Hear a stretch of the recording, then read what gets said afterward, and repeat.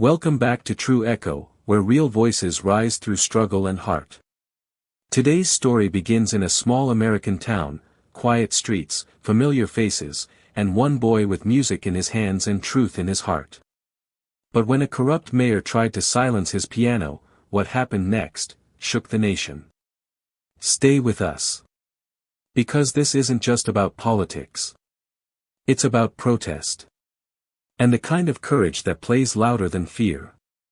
If you're new here, don't forget to subscribe to True Echo for powerful, real-world stories that inspire, uplift, and challenge the way we see the world. Now, let's begin. Young man, I said the event is cancelled. There will be no piano show this year. Do I make myself clear? The mayor's voice cracked like a whip across the packed town hall, halting every conversation, every rustle, every whisper.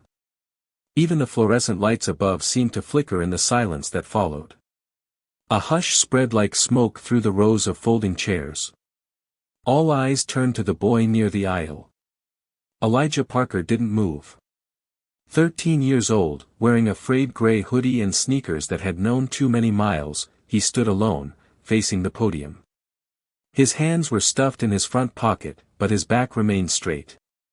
He didn't cry. He didn't flinch. He simply stared up at Mayor Harold Winslow, who stood above him, red-faced, defensive, and trying to smother a fire with gasoline. From 2 rows behind, Naomi Parker, reporter, single mother, and the woman who had authored a blistering exposé on the mayor's misuse of city funds just weeks before, held her breath. Her pen was frozen above her notebook, ink trembling, like it too was waiting to see what her son would do. I practiced for 6 months, Elijah said, his voice quiet.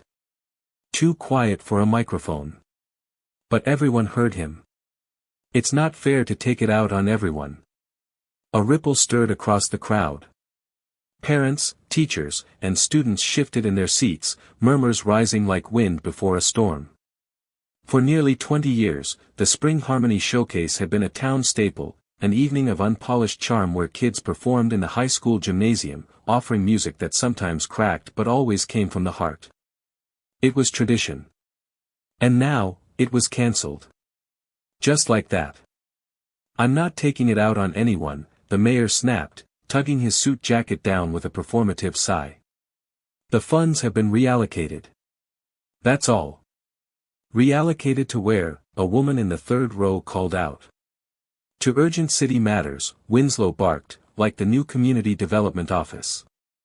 You mean the office in your brother's building? Another man shouted. The crowd buzzed louder. Chairs creaked.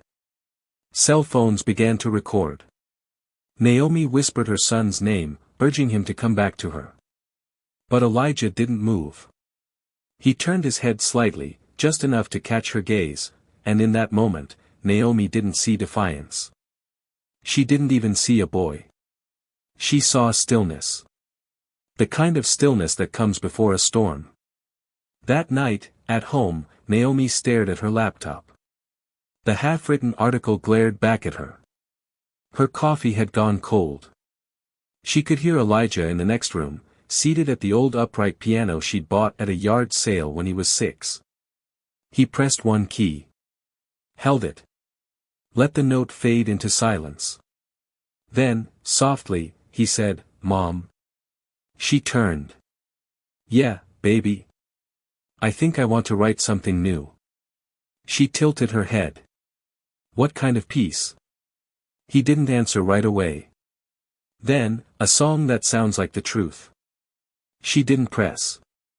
She just nodded. Because her son had always spoken more fluently through his hands than his voice. And she knew, whatever was coming next wasn't just music. It was message. The days that followed turned strange, like the town itself was holding its breath. At school, Elijah became a walking question mark. Some classmates gave him high fives in the hallway. Others avoided eye contact, unsure if standing near him made them brave, or targets. The bulletin board where the Spring Harmony Showcase flyers once hung was now bare, the leftover staples like scars on cork. The music room remained locked. No explanation. Just a silent door and a key no one could seem to find. But Elijah kept writing. He filled the backs of math worksheets and crumpled napkins with notes. He didn't say much during dinner, just nodded when spoken to and excused himself politely. Every night, Naomi heard the soft rhythm of keys drifting through the house. And every night, the melody became a little sharper, a little more defined. It wasn't angry. It wasn't sad. It was something else entirely. Then came the fourth day. Someone, no one ever figured out who, recorded him playing in the church across the street. Elijah had started sneaking in after school to use the worn baby grand piano when the choir wasn't practicing. The video was simple. No angles, no filters. Just a silhouette of a boy in a beam of afternoon light, playing like the world was listening. And the world listened. Naomi's phone buzzed non-stop. She was in a meeting when it began. Her editor gave her a strange look as her screen lit up again and again. By sunset, the video had been viewed over 40,000 times. By midnight, the hashtag Let Elijah Play was trending. People from other towns, even other states, shared it with captions like, "This is why we fight. When kids speak truth, we need to listen. This is more than music." The next morning, the church door was padlocked. A fresh, condemned, pending inspection notice had been stapled to the side entrance, crooked and obvious. Naomi stared at it from her car, gripping the steering wheel hard enough to leave finger marks. It wasn't subtle. It wasn't meant to be. "Back down," it said. But Elijah didn't. He walked to the park after school, headphones over his ears, and sat on a wooden bench facing the pond, pencil in hand, writing on the back of a detention slip. Naomi watched from a distance, her heart twisting. Her son was fighting a war of notes, and she didn't know how to shield him from the cost. That night, she stood at his bedroom door and asked, "Are you okay?" Elijah looked up from his notebook. "What if you can't say what you feel out loud, but you can say it with music? Is that still brave?" Naomi swallowed the lump in her throat. "It's the bravest thing of all." The next morning, someone rang the doorbell. Naomi opened it to find an older black woman standing with a cane in one hand and a white envelope in the other. She wore a faded scarf and a gaze sharp enough to cut through decades. "Naomi Parker?" the woman asked. "Yes. Your son lives here." Naomi hesitated, then nodded. "I saw the video." The woman placed the envelope in Naomi's hand. "I'd like to offer my piano." Naomi blinked. "Your piano?" "The Steinway. It's in my front room. He needs to play it." Naomi stared. "Wait. Are you?" "Loretta Duval," the woman said simply. Naomi nearly gasped. Loretta Duval had once been a celebrated concert pianist, until the world tried to erase her, after she played a freedom anthem in Montgomery and was quietly blackballed by the Academy. "Elijah?" Naomi called softly over her shoulder. He came down the stairs, still chewing toast. Loretta turned to him and said, "That melody you wrote, it's a mirror. I heard myself in it. I heard all of us. Come." And he went. The Duval house sat at the end of a gravel road, nestled beneath thick branches and time itself. The porch sagged gently, windows fogged with age. But inside, the music room was untouched, a temple of memory. In its center stood a Steinway grand, its surface dulled, its keys slightly yellowed like old teeth smiling. Elijah didn't touch it at first. He just stood there, breathing it in. "I know what they're doing to you," Loretta said softly behind him. "They did it to me, too. Padlocks. Red tape. Budgets used like blades. But I also know this, truth played loud enough will always be heard." He sat. Not because she told him to, but because the piano asked. He played the first bars of his protest piece, cautious, like he was stepping into a storm. But the notes responded, blooming through the room like spring breaking through ice. When he finished, Loretta whispered, "Your hands speak truth. And truth has a way of catching fire." From that moment on, they planned. Quietly. Like revolutionaries in hiding. Loretta's driveway would become the stage. Neighbors offered folding chairs. A local bakery sent pound cake. Someone donated a string of lights. Someone else brought speakers. And in every corner of town, whispers grew louder. "Let Elijah play." Naomi watched her son change, not dramatically, but deeply. He still wore his hoodie. Still avoided the spotlight. But inside, something new was growing. Fire. Purpose. A pulse that wouldn't stop. And then came the night before the concert. The sound of shattered glass broke the peace. Loretta was steeping tea when the front window crashed inward. Elijah froze upstairs, and Naomi, helping with lights in the backyard, ran in screaming. The music room was wrecked. Sheet music torn, piano strings slashed with wire cutters, keys smeared in black paint like blood. On the wall, scrawled in that same paint, "This ends now." Elijah stood in the doorway, frozen. Naomi tried to reach him. But Loretta's voice cut through the silence. "There's another." They climbed to the attic. In the corner, beneath a dusty sheet, stood an old upright piano, plain, worn, forgotten. "This one got me through 1963, Loretta said, resting her palm gently on the lid. "When they told me to sit down. When they said classical didn't need my kind of noise. You and this piano. You're going to finish what I started." They stayed up all night. Tuning. Cleaning. Rewriting. Outside, the world kept spinning. But in that attic, history was waiting. By morning, the sky blushed pink as if the sun itself had stayed up all night in anticipation. Loretta's driveway had transformed. What had once been cracked pavement and weeds was now a stage framed by hope. Folding chairs stretched across the lawn. Lanterns hung from trees like quiet witnesses. And in the center of it all, placed gently like sacred offering, sat the upright piano, battered but proud, every string tuned, every key a promise. Elijah arrived in his usual gray hoodie, hair freshly washed, curls soft and untamed. He didn't say much. Just looked around, eyes scanning the crowd that had already begun to gather, neighbors, classmates, people from 2 towns over, reporters with tripods, bloggers with phones, and somewhere in the swirl of it all, Naomi, her heart thudding like a second pulse in her throat. At the far edge of the yard, Loretta stood, cane in hand, flanked by 2 elderly friends who had come out of retirement just to help her decorate. She wore a simple black coat, her silver hair coiled into a bun, her eyes lit with something electric. A local teacher opened the program with a few warm words, thanking those who came. But no one was here for speeches. They came for the boy. Elijah stepped forward. He wore a simple white button-up shirt tucked into dark slacks. No tie. No fancy shoes. Just a paper-clipped stack of handwritten sheet music in his hand and a storm quietly swirling behind his eyes. He sat. The crowd stilled. Not a cough. Not a whisper. And then, he played. The first note was soft, almost shy, like a child peeking through a cracked door. Then another, and another.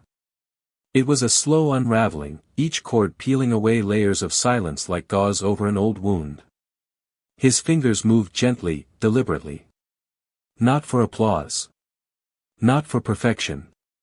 But for truth. The melody built slowly. A low, aching D gave way to a trembling series of minor chords that felt like shadows crawling across pavement. Halfway through, a motif emerged, something familiar. A church hymn, fragmented. A mother's lullaby, half-remembered. Even the shrill rise of a police siren was there, disguised as a trill in the upper register, haunting and beautiful. The piece told a story, not with lyrics, but with grief. With outrage. With grace. And the audience felt it. Some wept. Others sat stiff, hands over mouths. A girl clutched her father's arm, eyes wide, as if witnessing something too big for her age. Naomi pressed her hands together in her lap so they wouldn't tremble. When Elijah struck a dissonant chord near the end, it wasn't a mistake, it was a scream. A scream swallowed by the system. A scream caught in the throat of every kid who'd ever been told to sit down, shut up, wait their turn. He held it, and then let it resolve. Not into joy, but into possibility. The final notes hung in the air like a question that dared to hope for an answer.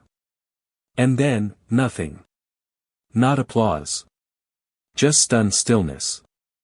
And then, a single clap. Then two.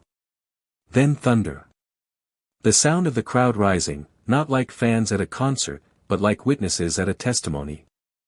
They roared, not because it was flawless. But because it was real. Naomi stood. She didn't run to him.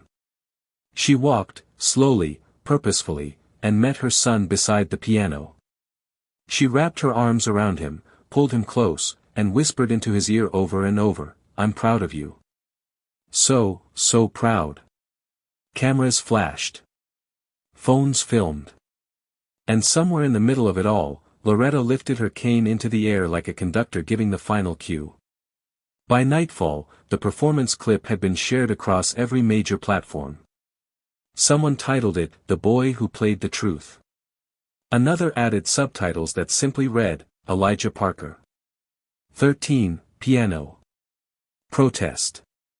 The mayor's office issued a statement that evening, condemning the unauthorized gathering, citing safety concerns and the need for structure in public performances. But no one was listening. They were listening to the music. The next morning, Naomi awoke to find her inbox flooded. Hundreds of emails. Some from reporters. Others from people who just wanted to say thank you. A retired teacher in Mississippi. A music student in New York. A mother in Ohio who wrote, "My daughter cried for the first time in weeks after watching your son play." But Elijah didn't seem to notice. He sat at the table with headphones on, pencil in hand, writing down new chords. Not for fame. Not for press. Just because the music hadn't finished speaking yet. And then came the knock on the door. Naomi opened it to find a man in a tan coat, glasses, and a briefcase tucked under his arm. He had the look of someone who lived in courtrooms but still believed in something bigger than law. "Ms. Parker," he said softly. "My name is Lionel Hollis. I work with the Department of Civil Accountability." Naomi's pulse spiked. "We're not pressing charges. I'm not here for that. I'm here because your son's performance did something. It didn't just move people. It moved evidence." She blinked. "What?" He opened the briefcase. Inside were files, documents, memos, city contracts. "I read your exposé from 3 years ago," he continued. "About the zoning loopholes, the budget diversions, the youth center that never got built. Back then, no one cared." Naomi nodded slowly. "But now? Now we have witnesses. 2 of them. One was threatened. One lost their job. But after watching your son play, they called us. They're ready to testify." Naomi leaned back against the doorframe. Her hand trembled. "He didn't mean to start anything," she whispered. "Maybe not," Hollis said, "but sometimes the truth doesn't need a bullhorn. Sometimes it just needs a piano." He closed the briefcase. "We'd like to ask Elijah to perform again. At the preliminary hearing." Naomi's breath caught. "Not as evidence," Hollis clarified, "but as a voice. A reminder. That this started with courage, not corruption." She didn't answer. Not yet. She looked toward the kitchen where Elijah sat, headphones on, the pencil tapping gently on the table like a metronome. And for the first time in her life, she felt the scales of justice begin to tip, not because of law. but because of sound. 3 days later, the mayor finally emerged from hiding. It was supposed to be a simple press conference, an effort to regain control. He stood behind a polished podium on the city hall steps, flanked by aides in stiff suits, his tie knotted too tight, his smile too thin. Cameras crowded the street. Microphones leaned in like vipers. "Good afternoon," Mayor Winslow began, his voice carefully measured. "There's been a great deal of confusion over recent events." A reporter interrupted, her voice loud and unyielding. "Do you deny reallocating public funds to your brother's company?" The mayor blinked. "All financial decisions were approved through." "Do you believe Elijah Parker's performance was inappropriate?" Another voice cut in. "Are you saying his protest wasn't valid?" "I'm saying," the mayor snapped, "that this city must follow protocol. We cannot allow emotional outbursts to dictate civic." But he didn't get to finish. Because from across the street, someone had set up a speaker. And just as Winslow opened his mouth again, the opening notes of Elijah's driveway performance began to play, loud, clear, unignorable. The mayor paused mid-sentence. The chords drifted across the plaza, climbing into the sky like smoke. He tried to speak over it, but the music drowned him out. Reporters turned, microphones tilted, cameras panned to the speaker. No one cared what he had to say anymore. By the time he stepped away from the podium, red-faced, jaw clenched, the video had already hit 1 million more views. On TikTok, users layered the footage with commentary, "Boy beats mayor with piano." On Instagram, people shared side-by-side clips, Winslow fumbling through his speech on one half, Elijah's fingers dancing on the other. It was poetic. Too poetic. And the country was watching. Back at home, Elijah sat cross-legged on the living room floor, surrounded by torn sheets of staff paper, pencils with worn-down erasers, and a half-eaten apple he'd forgotten to finish. The world saw a movement. He saw unfinished bars and a note that didn't feel right yet. Naomi stood in the doorway, arms folded, watching him like a mother at sea, proud, protective, and terrified of the tide. Then the phone rang again. This time, it was the Kennedy Foundation. They wanted Elijah to perform at their national broadcast next month, a tribute to youth activism through music. Prime time. Televised. Seated audience of dignitaries, educators, and philanthropists. "We'd like him to write a new piece," the producer said. "Something hopeful. Something that shifts the narrative. From protest to promise." Naomi didn't give an answer. Not until she asked Elijah that night. He said nothing at first. Then, "They want hope like it's a song I can download." She placed her hand on his back. "So give them something honest. Not what they want. What you need to say." And so he began again. He called it Rebuild. It started in a low register, with notes that hummed like memory, slow, minor, gentle. But then it shifted. Slightly. A change in tempo, a major chord stitched into the sadness like a seam of gold in cracked stone. He layered in a motif from his protest piece, but quieter now, softened by forgiveness. It wasn't loud. It wasn't angry. It was hopeful. Earned hope. When Loretta heard it, she didn't speak. She simply stood at the window afterward and whispered, "You gave sorrow a second chance." But as Elijah's star rose, so did the pressure. Agents began calling. Publicists. Labels. Conservatories. News outlets.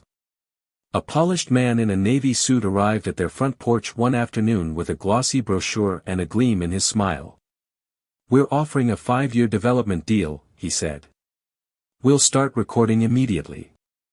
Inspirational music. Full creative control within marketable parameters, of course." Naomi didn't even open the door wide enough to let him in. But Elijah was standing behind her. "No," he said quietly. The man blinked. "I'm sorry. No thank you." You haven't even heard the offer. I don't want to sell what I don't understand yet. And just like that, he walked back upstairs. Naomi closed the door. That evening, she found him in Loretta's attic again, sitting at the upright piano. His fingers weren't moving. He just sat there, hands resting on the keys, silent. I thought I'd feel different, he said without turning. After the concert. After the attention. But it's louder now. Everyone asking.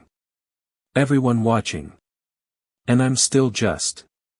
He trailed off. She sat beside him, gently. You don't have to be a symbol, she said. You don't have to carry all of it. He nodded slowly.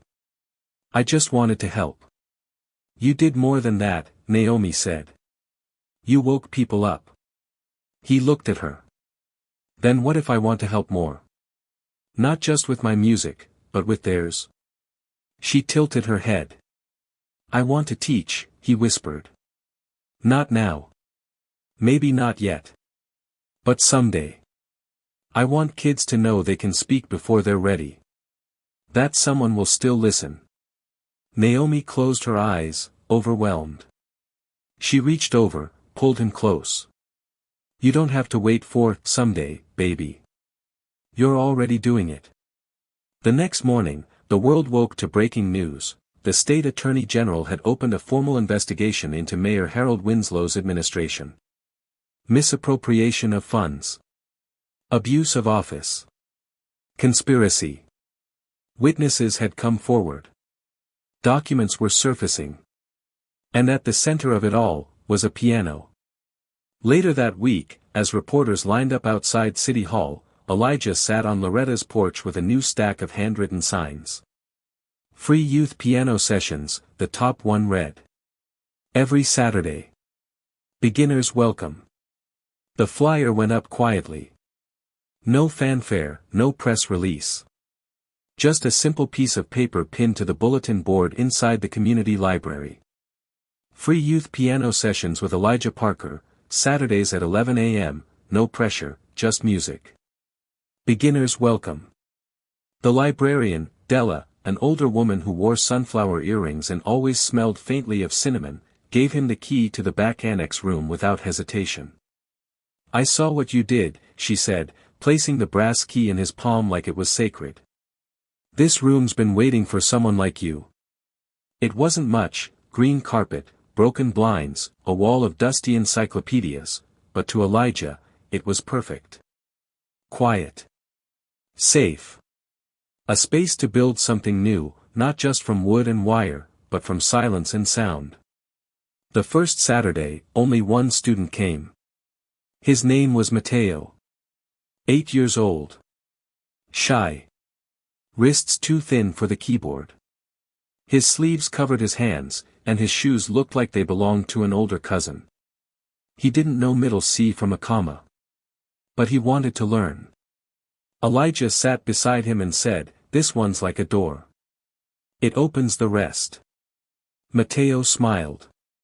And the door opened. By the third week, there were 5 students. By the 5th, 13.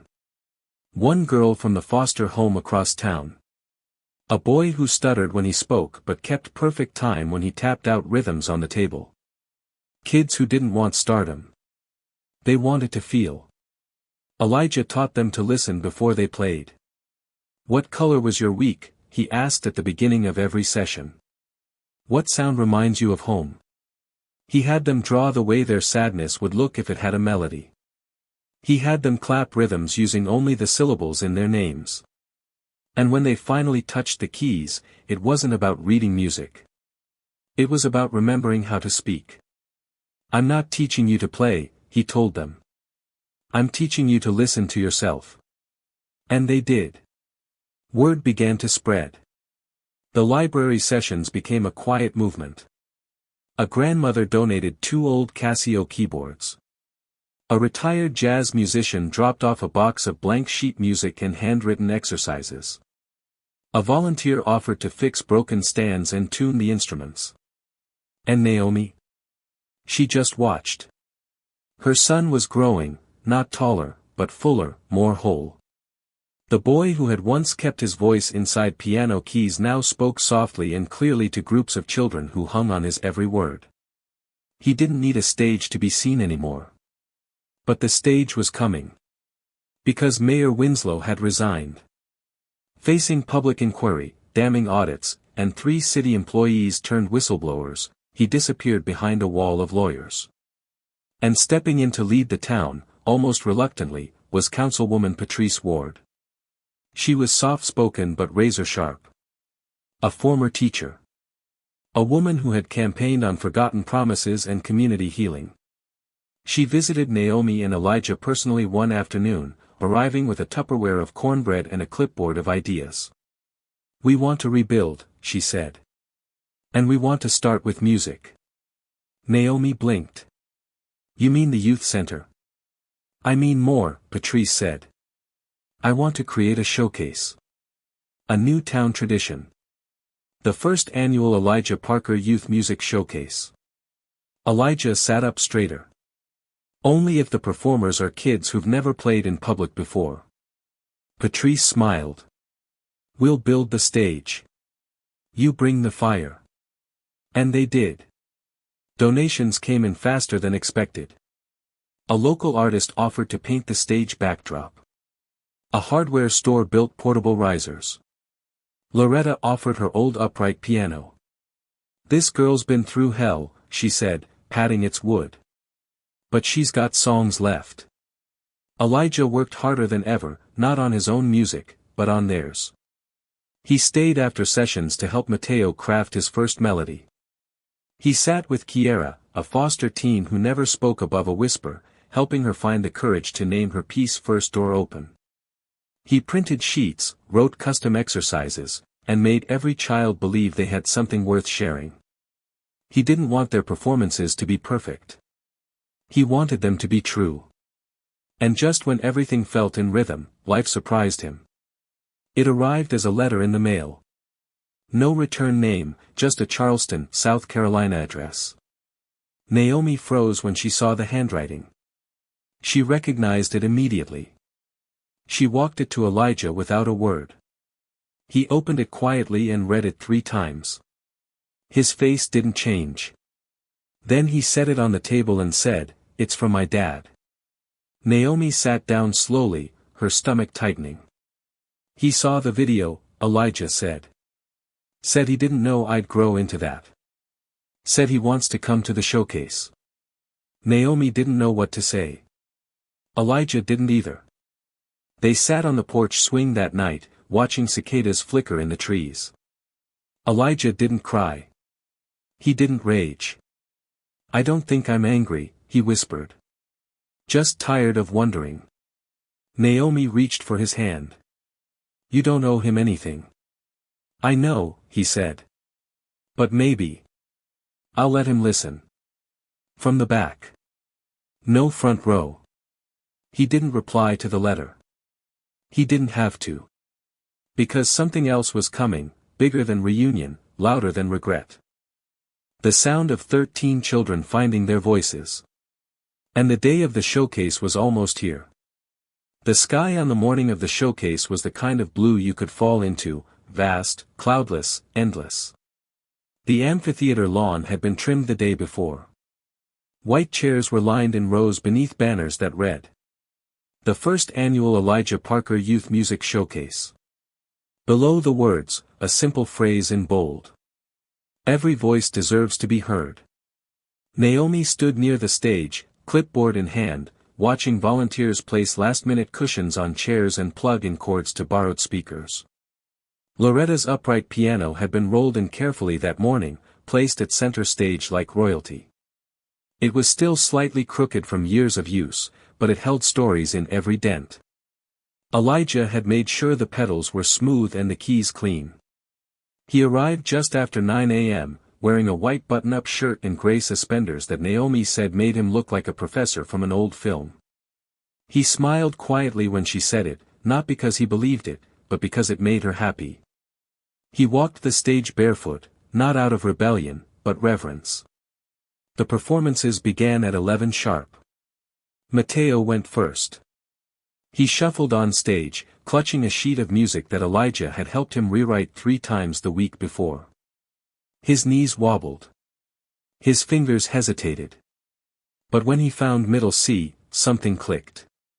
The melody was simple, hesitant, but honest, like a first conversation after a long silence. When he finished, the crowd erupted. Not in polite applause. In belief. One by one, the other kids followed. A girl with frizzy curls played a waltz she'd written for her older sister who had left for college. A boy named Jalen played a jazz riff inspired by the sound of his dad's tools in the garage.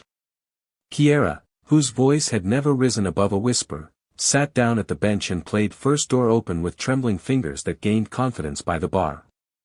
And when she stood, straight-backed, eyes forward, there wasn't a dry eye in the front row. Naomi wiped her cheeks and whispered, this is what he built. Then it was Elijah's turn. The announcer didn't need to say his name. The crowd already knew. He walked slowly to the piano and placed his hands on the wood. Not rushed. Not afraid. Just present. Before he played, he looked out, not over the heads, not beyond the trees, but directly into the sea of faces. And somewhere in the 5th row, half shielded by sunglasses and an oversized coat, sat the man who had written that letter. Elijah saw him. He didn't flinch. He didn't wave. He simply nodded once. A quiet acknowledgement of presence. Then he sat. This piece, he said into the mic, voice steady, isn't about protest anymore. It's about building something new. It's about what happens, after. And he began. It was not the original protest piece. And it wasn't rebuild either. It was something else. A variation. A progression. He called it Next Time. The first bars echoed with familiar sadness, broken chords, dissonant echoes of old pain. But they didn't linger. They moved, gently, into something warmer. There was light in this piece.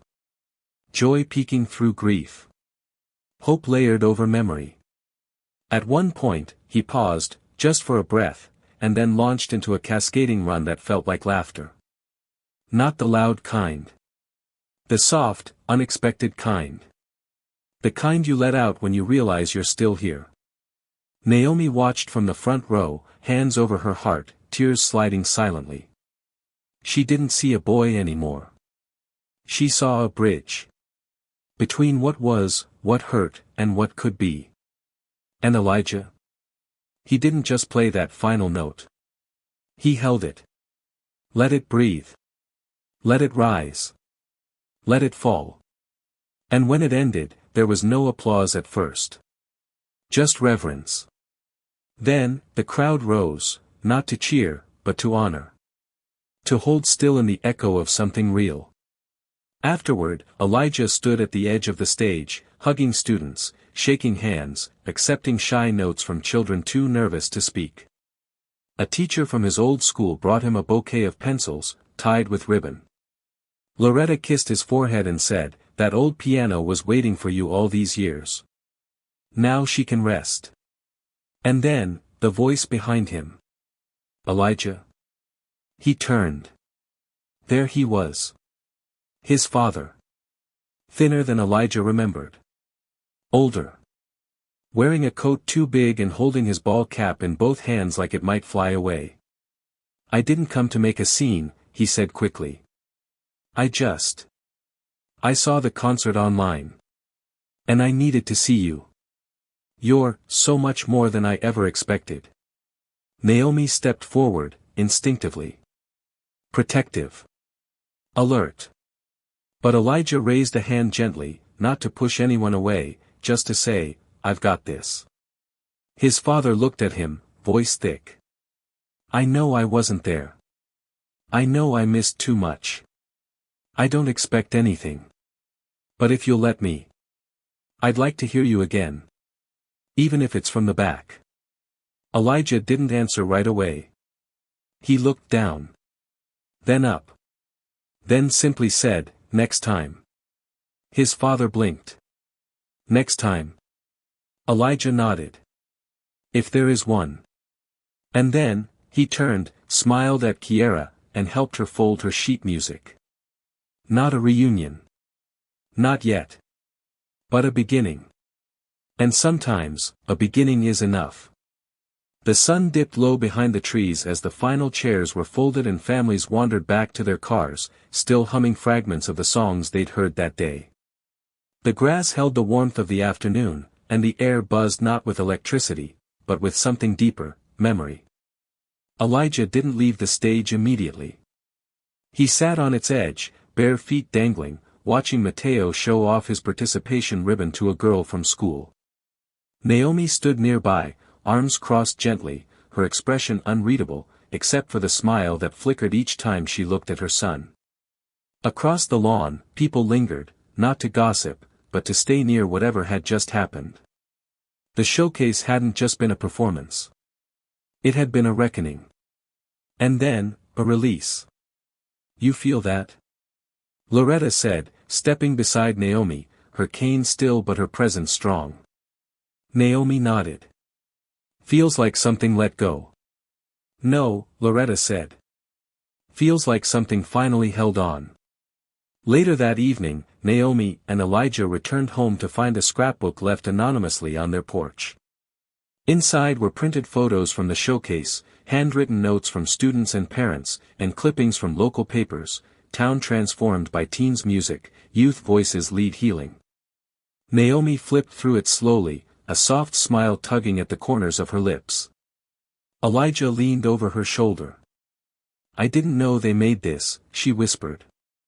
I saw someone passing out pages after the concert, Elijah said. I didn't take one. I didn't need it. How do you feel? He sat beside her, fingers trailing over the keys of the living room piano. He pressed one note, let it fade. Full, he said. Then added quietly, and a little empty. She understood. It wasn't sadness, it was stillness. The kind that comes after you pour every piece of yourself into something that matters. The kind of quiet that lingers after the last note of a song. She kissed the top of his head. You changed something out there. He didn't look up. I think, they changed something too. Then he said what she'd been hoping for without asking. I want to keep going. I want to grow the Saturday program. Add more keyboards. Teach more kids. He looked at her. Not to make them famous. Just so they know they matter. Naomi's throat tightened. She pulled him into her arms. You're building more than music, Elijah. You're building mirrors, for kids to see who they already are. A week later, construction began on the long-delayed youth center. No ribbon-cutting ceremony. No silver shovels. Just people. Sweating. Building. Showing up. This time, it wasn't a promise. It was action. And 6 months later, on a crisp spring morning, Loretta stood with a microphone in hand and cut the ribbon to the finished building. Her cane was gone, replaced with steady posture and silver earrings that shimmered like truth in the sun. The plaque above the door read, The Naomi Parker Youth Center. For the voice that fought long before anyone listened. But inside, down a hallway of classrooms and study spaces, was a bright room filled with light and music. Keyboard benches. Shelves of sheet music. A wall lined with photos of every student who played at the first showcase. Above the whiteboard, painted in bold black letters. Every voice deserves to be heard. Elijah Parker. Elijah didn't attend the ribbon cutting. He was in the library annex with Kiera and Mateo, showing them how to play harmonies without clashing. Outside, the town buzzed. Inside, the legacy continued. Years passed. The videos still circulated. The old footage from the driveway concert. The mayor's press conference drowned in piano notes. Elijah never chased them. He never looked for interviews. He never tried to be remembered. But he was. Because every Saturday, the sound of soft keys and laughter drifted out of the community library windows. New kids. New songs. And the echo of a boy who once refused to stay silent. One day, a journalist visited the center for an anniversary article. She asked Elijah, now 16, what he thought had changed the town most. He answered simply. It wasn't the music. She looked puzzled. Then what was it? He smiled gently. It was the listening. He returned to the keys, and as his fingers played, Naomi watched from the back, heart full, eyes soft. She thought of all the battles. The articles that no one read. The stories that were too quiet to matter. Until they weren't. Because her son had done what decades of truth-telling couldn't do with words. He played it. He played the truth. And people listened. Elijah Parker never asked to lead a movement. He never raised his voice or demanded headlines. He simply sat at a piano, told the truth, and let the world catch up. He taught us that protest doesn't always come with shouting. Sometimes, it comes in the form of a melody. A trembling note. A child refusing to be silenced. As Elijah once asked his mother. If you can't say what you feel out loud, but you can say it with music, is that still brave? Yes. It's the bravest thing of all. If this story moved you, inspired you, or reminded you of your own voice, please subscribe to True Echo, where we bring you stories that stir the soul and remind us of what truly matters.